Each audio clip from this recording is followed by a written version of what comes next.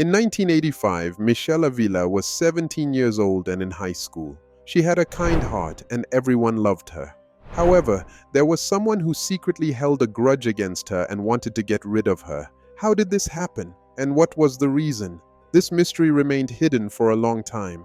The case was extremely difficult to solve, but something strange eventually led to its resolution. The shocking part? The culprit had been right in front of them the entire time, hidden in plain sight, and no one ever suspected them. Now, to uncover the full story, let's dive into today's case. The story began on October 2nd, 1985 in Angeles National Forest, California. That day, two young men were walking through the forest near a shallow stream. The water wasn't very deep, and as they walked, they noticed something unusual beneath a large tree trunk. At first, they thought it might be an animal trapped under the tree, so they stepped into the water to investigate. As they got closer, they were shocked to see a girl's leg. She was wearing a golden anklet. The two men immediately contacted the police. When officers arrived at the scene, they found the teenage girl lying face down in the water with a heavy tree trunk placed over her body. Nearby, they discovered her bag, which contained her wallet and ID, revealing her identity as Michelle Avila. Michelle was born on February 8, 1968 in Los Angeles. Her mother and three siblings affectionately called her Missy. As a child, Michelle was an excellent student, achieving top grades in elementary school and even being placed in advanced classes. However, things changed when she entered high school. Michelle's academic performance declined, and she lost interest in studying. The reason? She fell in with the wrong crowd, friends who were a bad influence on her. She started misbehaving, frequently skipping school, and even experimenting with drugs. Eventually, the school had no choice but to transfer her elsewhere. Michelle was transferred to another school, one with students who were more like her, rebellious and troublemakers. When she arrived at her new school, she genuinely wanted to start fresh and get her life back on track. Unfortunately, she never got the chance. Now she was found dead in the forest, trapped under a tree trunk weighing 45 kilograms. From the way Michelle was found in the forest, investigators were certain that this was a murder, not just an accident. It wasn't a case of her simply tripping and falling into the water. When they discovered her body, her hands were tied behind her back with a rope, and there were visible bruises all over her. The cause of death was determined to be drowning, as her face was submerged in the water, pinned down by the heavy tree trunk. This left no doubt. It was a deliberate act. But who could have done this to her? And why? What was the motive? When Michelle was found, she was wearing a gold anklet on her leg and had one gold earring in her ear. The other earring was found nearby, close to where her body was discovered. Her bag was also found at the scene with all her belongings intact. This suggested that the crime wasn't motivated by robbery. The forensic examiner estimated that Michelle had been in the water for about 2 to 3 days. Her mother had reported her missing on October 2nd, 1985, meaning she had been dead for approximately 3 days before being discovered. On the day she disappeared, Michelle was at home with her mother Irene. That afternoon, her friend Laura Doyle came over and asked if she wanted to go out with her and some other girls. Michelle asked her mom for permission, explaining that they were going to the forest to meet up with friends. She reassured her mom that if she was going to be late, she would call. Irene agreed, and Michelle left with Laura.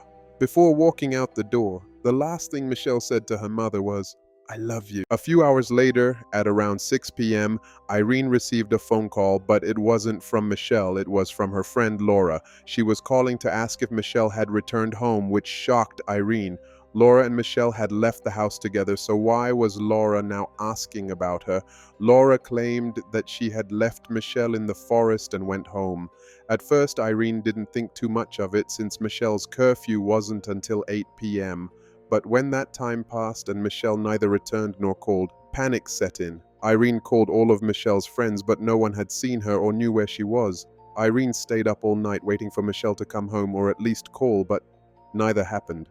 On the morning of October 3rd, 1985, Irene called the police to report her 17-year-old daughter missing.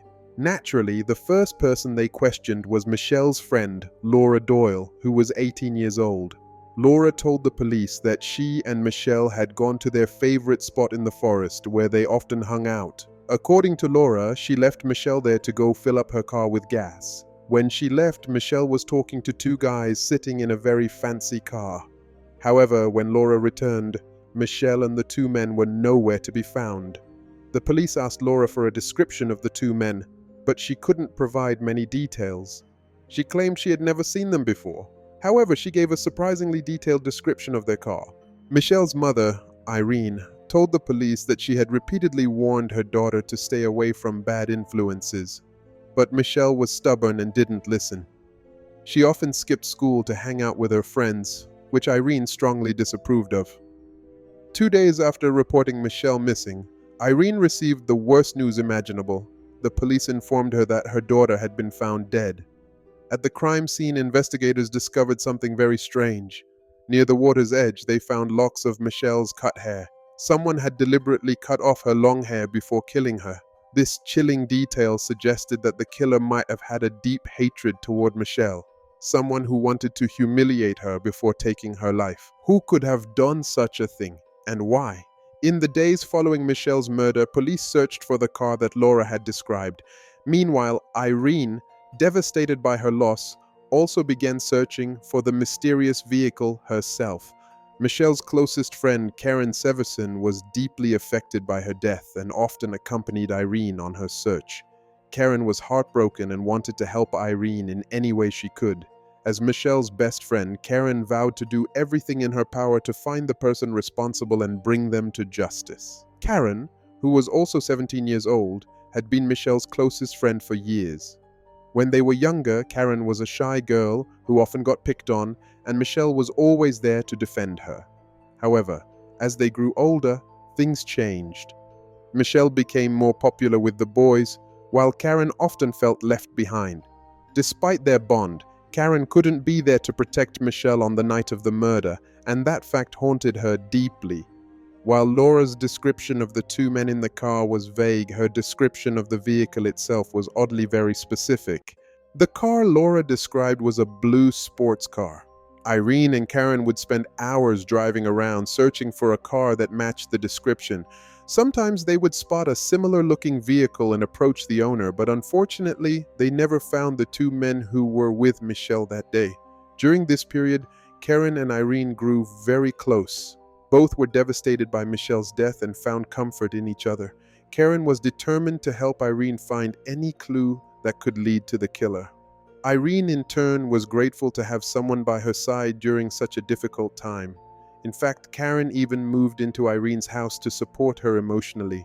Michelle's funeral was held shortly after, and of course Karen, Laura, and all of Michelle's friends were present. However, during the ceremony, Irene was so overwhelmed with grief that she collapsed and had to be taken to the hospital. Shortly after returning home from the hospital, Irene received a condolence letter from Laura, which contained $20 in cash. This was very unusual. No one puts money in a condolence letter. Was Laura feeling guilty for leaving Michelle alone that day?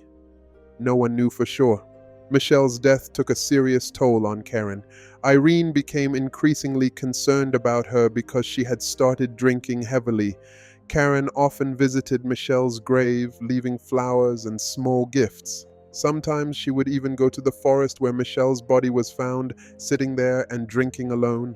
Karen wasn't just mourning her friend, she had become obsessed with the case. Her bedroom walls were covered with newspaper clippings about Michelle's murder. She spent hours trying to figure out who could have done this. Soon, Karen started to suspect Randy Fernandez, Michelle's ex-boyfriend. Randy was born and raised in California and attended the same high school as Michelle. They dated for a while during high school, but their relationship ended because Randy was into partying and drinking, which Michelle didn't like. She felt his lifestyle didn't align with hers, so she broke up with him.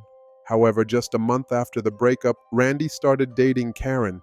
Despite being with Karen, Randy was still in love with Michelle and couldn't get over her. This made Karen feel insecure and upset because he was supposed to be with her now, not still thinking about Michelle. Karen became convinced that Randy was obsessed with Michelle and suspected that on the night of the murder, he might have been drunk or high and decided to confront her. She theorized that Michelle might have rejected him, causing him to lose control and kill her.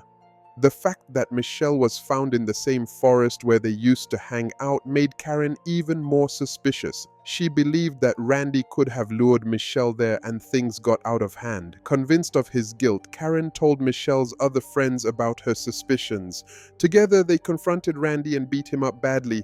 However, their actions were considered vigilantism because there was no actual evidence linking Randy to the crime. But they decided to confront and attack him, relying entirely on Karen's gut feeling that Randy was the culprit. The investigators saw them as just a bunch of teenagers and didn't take their accusations too seriously because there was no solid evidence to support their claims. Anyone could have been responsible for what happened to Michelle, not just Randy. So, who really killed Michelle? There were many possibilities in the case. Were the two men in the fancy blue car that Laura claimed to have seen really involved? Could it actually have been Randy, Michelle's ex-boyfriend, as Karen believed? Was it Laura, her last known companion before she disappeared? Or could it have been someone completely unexpected like Karen herself, the one obsessed with the case, rallying their friends like a gang leader to attack Randy? Months passed with no new leads, and the case remained unsolved. 2 years went by with no fingerprints, no witnesses, and no confessions. Investigators couldn't locate the mysterious men Laura had described until 1988, when the entire case took a shocking turn. Laura, Michelle's supposed best friend, changed her story. One day, Laura visited Michelle's mother, Irene, at her home, with Karen also present. In a moment of guilt or pressure, Laura confessed that there were never any men in a fancy car. The entire story was a lie. The truth, according to Laura, was that on the day Michelle disappeared, she dropped her off near the mall because Michelle wanted to deliver $500 to a drug dealer. This revelation left Irene stunned. She couldn't understand why Michelle would do such a thing. Was Michelle using drugs? Was she dealing? Or was the dealer responsible for her death over the money? With Laura's confession, investigators realized they had spent 2 years chasing a false lead. There were no mysterious men in a car after all. But Laura's admission didn't bring them any closer to solving the case. However, in July 1988, investigators finally received the evidence they had been waiting for. On July 27, 1988, Eva walked into the police station and told them she knew exactly what had happened to Michelle on October 2, 1985, because she was there and saw everything. Eva revealed that Laura and Karen were extremely jealous of Michelle. Karen suspected that Michelle was having a secret affair with her boyfriend, and she managed to convince Laura that Michelle was also responsible for Laura's breakup with her own boyfriend, allegedly because Michelle had an illicit relationship with him. To Laura, this was the ultimate betrayal.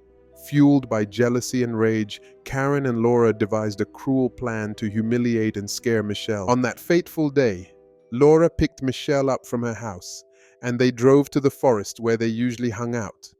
When they arrived, Karen and Ava were already waiting for them.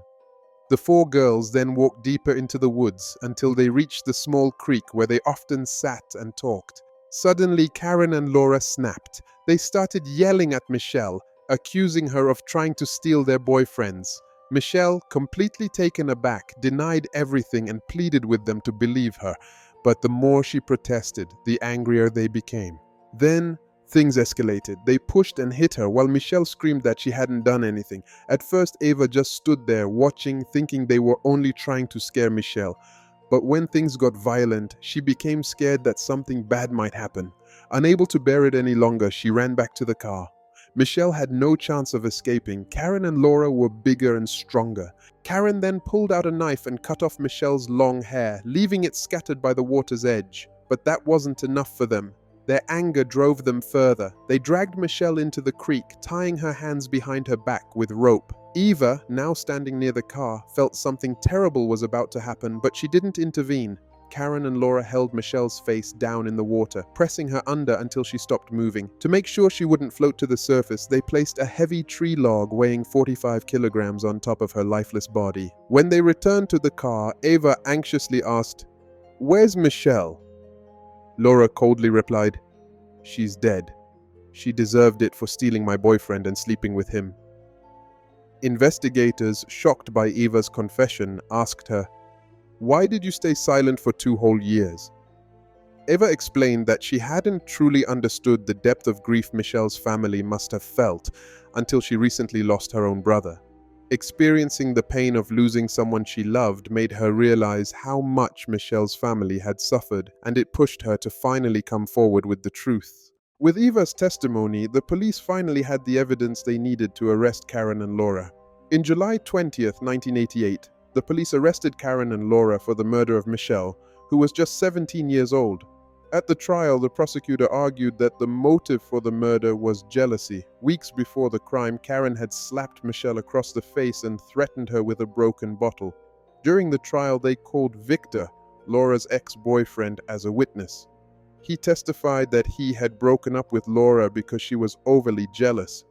He also explained that once when he was talking to Michelle, Laura had lashed out, accusing him of talking to Michelle even though they were no longer in a relationship.